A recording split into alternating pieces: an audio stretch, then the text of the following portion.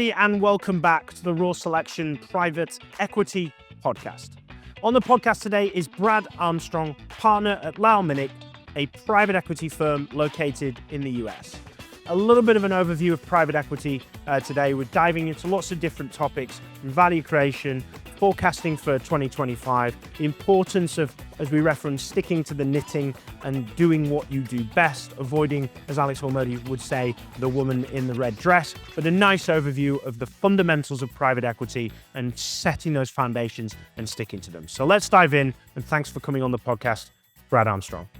Brad, if you can give us a 60 to 90 second breakdown of you, please. Absolutely. And Alex, it's great to be here. Really enjoy the program and thrilled to have this conversation. It's a little bit about me and a little bit about my firm. So Brad Armstrong, partner at Lovell Minnick. I have 20 plus year career during which time I've really kind of worn all three hats. I've worn the operator hat, the investment banking hat, and now the private equity hat for some time. Our firm, Lovell Minnick, has been around now. We're celebrating our 25th anniversary. We're a middle market investor. We focus on investments in financial services, business services, and financial technology. And you could think of our strategy as sort of growth buyouts, meaning buyouts from the standpoint of, we're typically taking a majority interest in our companies, and we're buying profitable companies, but growth from the standpoint that we're fundamentally investing for organic and acquisition-driven growth as the predominant driver to return. So that's kind of been the hallmark of our strategy over 25 years. We tend to do a lot of work with management teams and founders, typically as first-time institutional capital, and that's been a big part of our calling card as a firm.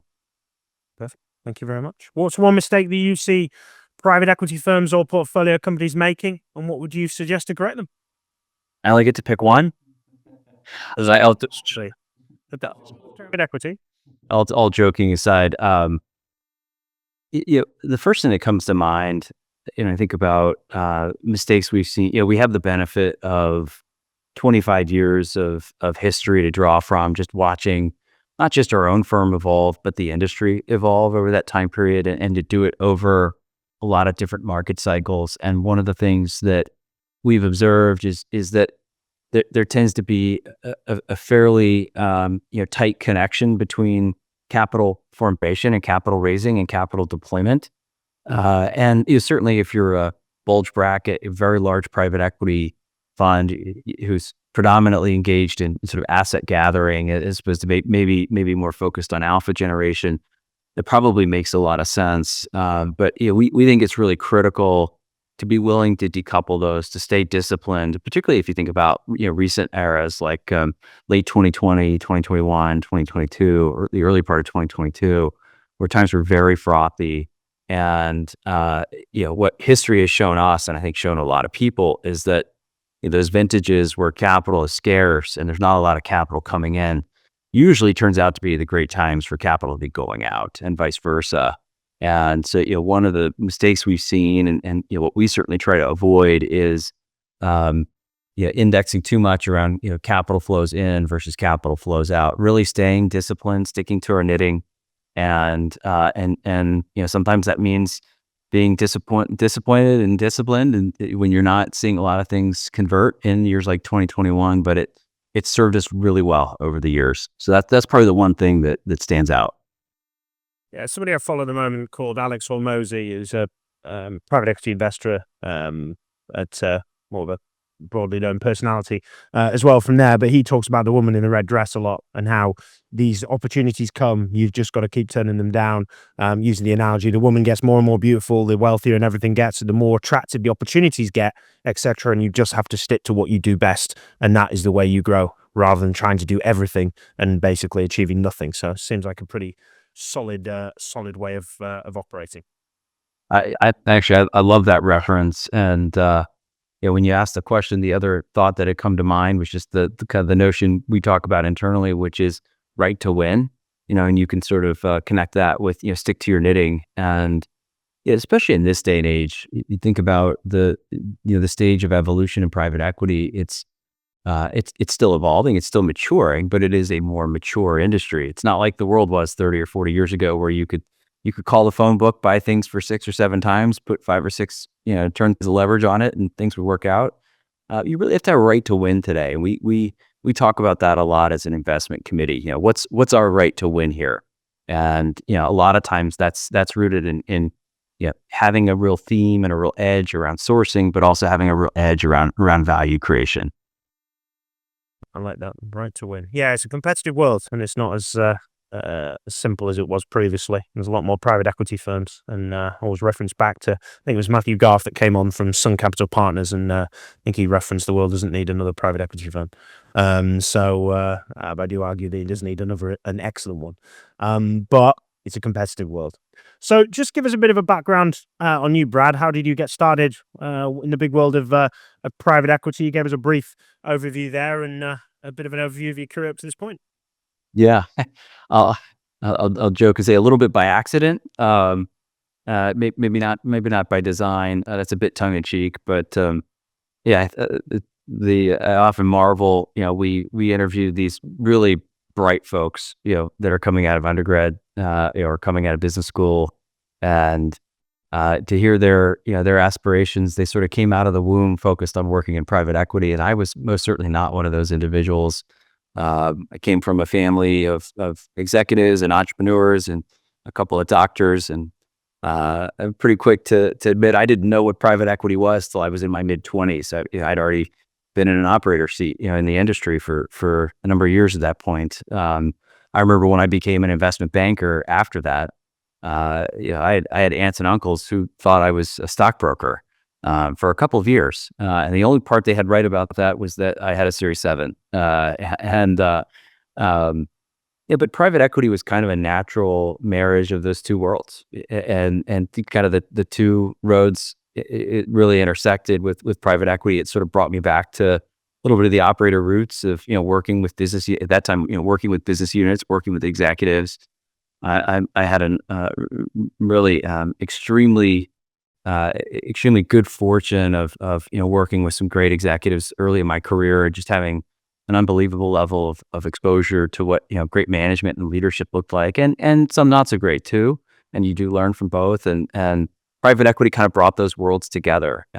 Running companies, managing companies, being a real industry specialist, but also you're really being at the table for major M&A work that you see in investment banking, major capital raising work that you see in investment banking. So kind of brought those two worlds together in my late 20s. I joined L&P in 2009. I think I was the one fortunate soul who voluntarily left investment banking and somehow made it to the buy side. The firm was growing at that time, and it's continued to grow, and I haven't looked back. So that's been my journey. Perfect. Thank you very much for that insight. 95% of all business problems are people problems in disguise. Over the last 6 months, I have been intently writing a brand new book, all focused on the experiences that I've collated from some of the top private equity firms and investors on how they interview and select top executive talent for their portfolio companies. To go to the waiting list for this book and receive a free copy for the first 100 added, please check out the show notes and get your name on the waiting list today. So L&P invests in the kind of middle market companies across a few different sectors: financial services, business services, and fintech.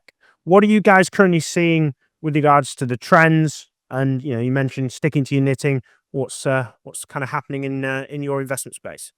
Yeah. A few things kind of jump out. One of the things we're always looking for is just secular growth themes. We are a thematic driven investor. We don't want to be a benchmark for the industry. We are absolutely looking for the very best ideas, the discrete pockets of opportunity inside of our end markets. It's one of the benefits you have as a sector specialist. And so, we have a very systematic process around kind of mining for those. It's very research driven, a lot of direct outreach. We like a lot of trends today around things like, I'll use the fancy word of digitalization. It in practice, a lot of times that means really technology enablement.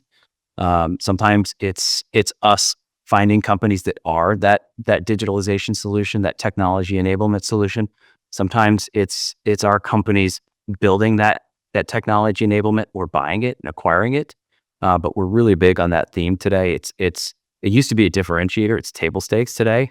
And I'd say, another big one that really stands out for us is around outsourcing. And I don't mean outsourcing as in, move a big call center to Montana or move a big call center to India. I mean, more specialized outsourcing, a lot of times with either a technology or a regulatory bent to it. We see in our markets, all of which are highly regulated, that there's a constant slate of change in terms of regulation, and that's created a lot of opportunities. And a lot of those solutions are administered on some kind of a third party outsourced basis. So that's been another big theme for us. If I were to kind of just maybe give a couple examples of just what are areas where we're spending a lot of time as a firm. Wealth management is one. Actually, we have a recent investment there. Accounting's another. It's an area that's very fragmented, a lot of consolidation, a lot of advice alongside just, things like audits and tax. We're very bullish today on healthcare payments. There are a lot of pain points in the area of the world where financial services and healthcare intersect. A lot of pain points for providers. You think about the cybersecurity event earlier this year with Change Healthcare, created a world of hurt for the financial affairs of a lot of healthcare providers. So those are just a couple examples of areas where we're spending a lot of time as a firm. And so the firm's been around for 25 years, I think. I think this year, you've stuck to your knitting, as you mentioned. How have you managed to kind of weather those, upward trends, downward trends, stay consistent over such a long period of time? Yeah, actually, I'm gonna borrow on a word you used. You said, how do we weather it? I think it's an all weather strategy. That's oftentimes the term that we'll use. And a couple of major tenets there. We have the benefit of, if you look at a typical company for us, it might be 30 million in revenue, 50 million in revenue, maybe upwards of 100. On the large end as we're starting with a new investment, and obviously, hopefully, much larger as we're reaching the end of one of our investments. But they're small companies and they're nimble.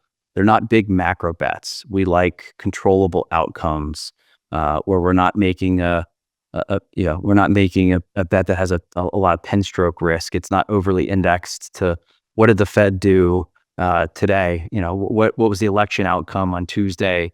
But instead, you're really thinking about deep-seated industry trends. Where's the industry going? And probably most importantly, we like making execution bets where the work of our team and our operating partner bench is really critical in the development and the building and maturation of these companies. Oftentimes we're the first time institutional capital. And so we have this, on one hand, this awesome opportunity, but also this incredible responsibility of helping those firms to institutionalize and mature. But we'd rather take those bets, those kind of execution, business building bets with controllable outcomes, as opposed to something that really is effectively a macro bet. And that's really benefited us over time. And probably the last thing that you had mentioned here is being conservative on capital structure, because growth has been the driver to returns, not financial engineering, leverage. Our companies have found themselves, when times got tough, they found themselves not upside down on their capital structure, and they had the financial wherewithal to do some great things. I remember doubling the technology budget of one of my companies. I remember making 2 acquisitions with another one of my companies in May of 2020. Times were very uncertain, but we had the financial flexibility to do that, and that's been a really critical success enabler over the years. So you mentioned your portfolio companies there and touched on a bit of the work. What are you guys doing as your approach to, most overused term in private equity, beyond strategy, value creation? How are you working with your portfolio companies and helping them grow? Yeah, absolutely. It's become a big focal point for the industry. We've been doing it now for a long time. We were really born out of our founders, 2 operators. So we've always had that heritage really since inception. We've made a lot of investments there, especially over the last 5 to 7 years. If you look at the firm today, we have about 60 individuals on our staff, and about half that's our investment team, half that's individuals in other supporting functions within the organization. But we have over 20 people on our operating partner bench, and about 2/3 of those are industry focused. And so they help us with board work, with sometimes they'll drop in as an executive, they'll help with sourcing, but they can be a critical part of that value creation work. The other third of that operating partner bench is really functional specialists, and they are an especially potent source of kind of that value creation work, using your term and the one we use as well. And so every one of our new investments has a customized company-specific value creation plan at the time that we close on a new investment. And it's rooted in the work that comes out of due diligence. It's rooted in the diagnostics that come off of that same operating partner group. So it's not a one-size-fits-all approach. We don't think that really works with the types of companies that we have, but we have a lot of playbooks and best practices. And so it's really assembling the right playbook for each individual company and then executing against it with the benefit of a lot of those additional resources. We'll work right alongside our portfolio company executives and our investment team to support our companies. So you mentioned, operating partner group, I'm big believer in that. We do a lot of searches in that, and I'm a big advocate for getting operating partners. It's not as utilized in Europe, but a lot of the US private equity firms that we work with are beginning to adopt that, or have already done so. The playbooks, I'm interested with, without diving into the details of the playbooks, I'm sure there's tons of them. And are you documenting them as a simple Word document? Is it in people's heads? How are you kind of transferring playbooks from business to business? Because I see that done really poorly in portfolio, in private equity by a lot of firms, where they don't go, oh, well, we did that at that business and the CEO did it and I don't really remember what we did, or I do, but he used to do it or she used to do it. What are you guys doing around kind of that? How are you documenting? That's a great question, and everything has to be documented. It's sort of the mantra of what gets measured gets improved, but I think it's also important to just have the plans down on paper, have accountability and timing associated with them, and so they are all documented and tracked. We actually have a look back process we use 90 and 180 days in, and then at the 2-year anniversary, monitoring progress against really kind of the strategy, but also the value creation execution. In terms of information sharing and kind of cross-pollinizing the best practices, it's a great topic. It's very hard to do, and it absolutely can be done. And one of the most effective things that we have seen has been really peer-to-peer teaching. And so, for example, we have an individual on our within our value creation group, one of our operating partners, who's focused on human capital. He's hosting a session among all of the human resources executives next month, really for them to share best practices. We have an executive summit every spring where we bring all of our portfolio company executives together, and we let them network, and we do a lot of advanced planning around curating kind of the right set of agenda, getting the right people together, the right breakout groups, but put them in a comfortable setting where they can talk directly with their peers, they can talk directly with their counterpart on our advisory council, because the best testimonial is another CEO saying, I did this and it really helped. It was really effective. Or another CFO saying, hey, this really worked for me. We have a bunch of type A people, and when they see success somewhere else, they want to be successful too. And so some of that peer-to-peer interaction has been really effective. Not only am I the host of the Private Equity Podcast, but I'm also the founder and managing partner of Raw Selection. Raw Selection is a private equity specialist executive search firm with 2 divisions, one that focuses on portfolio, C-suite executive hires, and one that focuses on private equity direct hires via back office and investment deal professionals to the industry. Alongside the podcast, we're passionate about giving back to the industry and giving people information that they can run and utilize. One thing we do regularly every year is we run salary reports on accurate live data of people that we've interviewed and people that have shared their information with us. So if you're looking to compare the current compensation or your compensation for your next hire in your private equity firm or portfolio company, then please check out our YouTube channel and see the playlist of salary surveys. So I'm a big advocate, but I know there's going to be people sitting, oh yeah, it's a nice idea, but getting everyone together, they need to be growing their portfolio companies. Now, what have you mentioned? Obviously, that people are peer-to-peer learning and developing. What have you seen from that, from a portfolio perspective? What are the kind of challenges that have been fixed because of those sessions and the kind of growth that's happened that you didn't need to do yourselves in each one over and over again, that you've obviously, through that osmosis of being together, you begin to go, oh, well, maybe we do that here. Just give us some of that flavor, because I want to sell this hard to the US private equity firms listening to actually begin to adopt such things. Well, I'll give you one on offense, and I'll give you one on defense, because it does go both ways. Digital marketing has been a really nice area of opportunity for a lot of our firms. What you tend to find, again, think about the typical investment that we're making. It's a founder-backed business, or it may be the second generation of leadership. A lot of times, very bootstrapped. They tend to be fairly underinvested, particularly in areas like sales organization, a lot of the infrastructure around support for marketing, collateral, lead generation. And so digital marketing has been a really effective strategy that's been deployed repeatedly across our portfolio, where there are some good case studies that others can then replicate. So that's sort of one on offense. One on defense has been cybersecurity, and it's a big topic for the industry.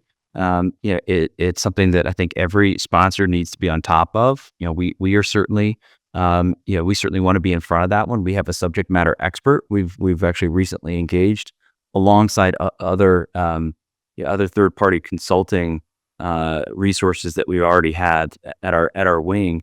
So that's an area we've really leaned into, because anyone with a portfolio size has that risk out there, and it's something that we want to be very much in front of. Thank you. So this is being filmed kind of November, well, not kind of, in November, early November in 2024, but this is going live in 2025. So what's your crystal ball, Brad? What are you seeing? What's going to happen from a 2025 perspective? And we will be holding you accountable, so please make sure it's absolutely accurate with everything you guess. Often wrong, never in doubt. Isn't that what the saying? Isn't that how the saying goes? When you just look at so the M&A market as a whole, and private equity as a whole, it's a constructive backdrop. When you look at a couple of factors in particular, and actually in one of your recent sessions, I know you spoke with the folks at Hamilton Lane, and I heard some similar perspective there. So I'll maybe echo some of that. I think just clarity that we've at least reached a ceiling on, at least here domestically, reached a ceiling in terms of where the Fed funds rate is. No one knows where the trough is. It does feel like we're in a higher for longer environment, but the fact that there's now kind of roll off and clarity around the ceiling feels like the first act in providing some settlement and a little clarity for the credit markets, which for a lot of private equity that maybe unlike us is more credit sensitive. Provides some relief, and provides some relief to a lot of money that's already at work and struggling with interest coverage. So I think that's a constructive component. The fundraising market, at least a lot of the data that we're seeing, seems to be turning a corner from what was a very challenged state. Obviously, a lot of institutional investors still working through some over allocation issues, and that that does take a while to fully correct. It feels like there's some unlocking there that is starting to occur, and kind of back to maybe my earlier comments. Capital flowing in does tend to beget capital flowing out, and then finally you've just got an inventory of assets sitting within portfolios that at some point does need to move, and I would agree with some of your other recent guests that there does appear to be more clarity around valuations and less of that kind of bid-ask spread. I think it's still challenging if you're dealing with maybe some of the C, kind of rated assets versus maybe the A-rated assets. But there does seem to be a lot more clarity there. So you kind of look at the totality of that. The backdrop for the deal-making environment feels fairly positive. Let's hope so. Benefits us all. Certainly, we're definitely seeing a significant uptick in searches and new platforms being acquired. And usually that's a good indicator, or I would at least argue, that the market's starting to do something, because it's been a little bit tough. I know a lot of firms have struggled over the last 18 months. We had a bad Q2. Q1 very strong, Q3 very strong. Q4 started incredibly strong. I've still got it to play out. But yeah, so we've, but we're not massive. We're not Hydrick and Struble, so we're not going to see as much. So I will hold you to that, Brad, and positivity of what's going to happen. And if it's not, I'll be banging on your door.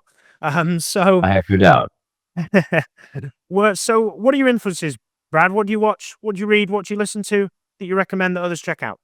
Yeah. I'm a voracious reader. The Audible has been a real godsend for me. I've always been a very naturally curious person. My mind sort of never stops moving. It doesn't idle well, and so I'm always kind of on the lookout for new content. So I try to read 1 to 2 books per month. I usually exceed that goal. If I'm being more specific, I listen to at least 1 or 2 books a month, all nonfiction. I'm a little bit of a self-help book junkie. I like a lot of things around, professional development, management, industry, but also, we'll read, other broader interests. But a couple of recent things I've read that were very thought provoking. One was a book called 6 Types of Working Genius, which is a lot about teams and how teams work together. Another one was a book called Scary Smart, which is about AI, and by fascinating and terrifying, all at the same time. And I think probably a lot of people have read Outlive by Peter Attia, but I read that one recently as well. Again, very, very thought provoking, and told me all that was wrong in my diet, among other things. Yeah, I've listened to a few things like that in the past, and you end up changing. I ended up going vegetarian for about 5 years because of going down a rabbit hole. But for those that aren't vegetarian, I've seen the light, and I'm back on meat again. And for those that are, I'm gone to the dark side. No, I'm a big reader myself, and I absolutely love. I'm not that's what I call storybook reader. I absolutely love reading the experiences of other business leaders and management theorists and all these kind of things to learn as much as you can. So I appreciate that. It's not always I get every book I've never heard of, and all 3 of those books I've not had. So I've made a note of those. They'll be in my Amazon cart by the end of this session. Well, thank you very much for coming onto the podcast. I really appreciate your time, Brad. It's been insightful. Your predictions for 2025, we will hold you accountable to. We want to see a nice, prominent and buoyant 2025. But jokes aside, thank you very much for everything you've shared. Well, the pleasure is mine. Thank you for the time. And as always, thank you very much to all of our listeners. October was a record. I say October. It was obviously, this is going out in early January, but this is a record month for us in October. 19,000 downloads of the podcast, which was amazing for a guy that set up a podcast and thought if he got 100 downloads in its total entirety, it would be a success. So thank you very much for Brad for coming on, and all the guests and everybody that tunes in. If you haven't done so already, please do subscribe and you'll be notified of the next one that does come out. But till the next time, keep smashing it, and thank you very much for listening.